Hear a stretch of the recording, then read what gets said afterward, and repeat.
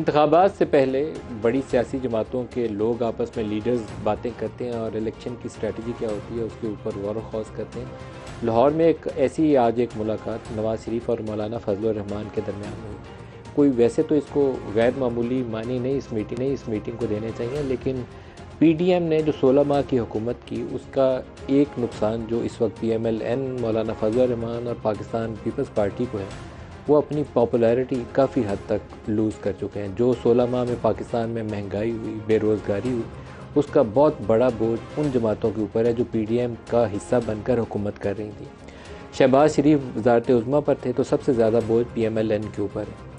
इमरान खान ने शायद सबसे बड़ी अपने पॉलिटिकल कैरियर की जो मिस्टेक की वो 9 मई किया। 9 मई ना करते तो वो जो एंटी इस्टेब्लिशमेंट और एंटी अमेरिका बयानियाँ लेकर जो उनको अरूज हासिल हुआ था 27 मार्च 2022 के बाद से, उससे पहले वो अनपॉपुलर प्राइम मिनिस्टर थे जिनके ऊपर क्रिटिसिज्म ये था कि वो अच्छी गवर्नेंस नहीं दे सके, इकॉनमी को नहीं संभाल सके।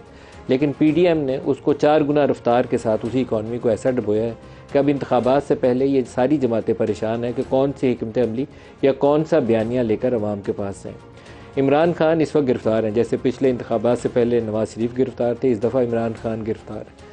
पिछले इंतखाबात में नवाज़ शरीफ की नाअहली हो चुकी थी, इमरान खान की तोशाखाना केस में हो चुकी है, साइफ़र का मुकदमा उनके ऊपर चल रहा है, मालूम नहीं उसका अंजाम भी क्या होगा।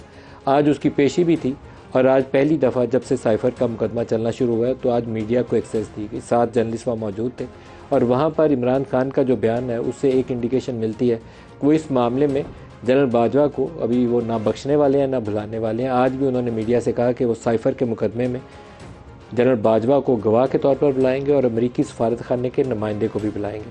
अब ये मालूम नहीं है कि उनका ताज़ा तरीन इल्ज़ाम किसके ऊपर होगा। इल्ज़ाम सबसे पहले ये था कि अमेरिकी साजिश हुई है, अमेरिकी साजिश के तहत उनकी हुकूमत गिराई गई। डोनाल्ड लू के ऊपर उन्होंने इल्ज़ाम आयद किया। उसके बाद उन्होंने कहा कि नहीं, साजिश अमेरिका से नहीं हुई, साजिश यहाँ से अमेरिका बरामद की गई और ये साजिश जनरल बाजवा ने की है। उसके बाद वक्तन फ़वक्तन वो मुख्तलिफ और लोगों के नाम भी लेते रहे। लेकिन अगर वो जनरल बाजवा को गवाह के तौर पर बुलाते हैं या अमेरिकी सफारत खाने को फ़रीक के तौर पर उस केस के अंदर शामिल करते हैं तो इसका मतलब ये होगा कि उनका वो जो 27 मार्च 2022 को इस्लामाबाद में जलसे में उन्होंने ख़त लहराया था, वो इलेक्शन से पहले उसी बयानिए के साथ इंतखाबात में जाना चाहेंगे।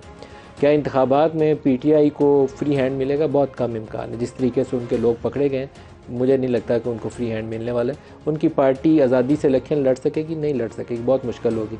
वैसे ही सूरत हाल होगी और उससे ज़्यादा 10 गुना सख्ती होगी जितनी PMLN में पिछले 2018 के इंतखाबात में PMLN ने जिसका सामना किया था। एंड रिज़ल्ट क्या होगा?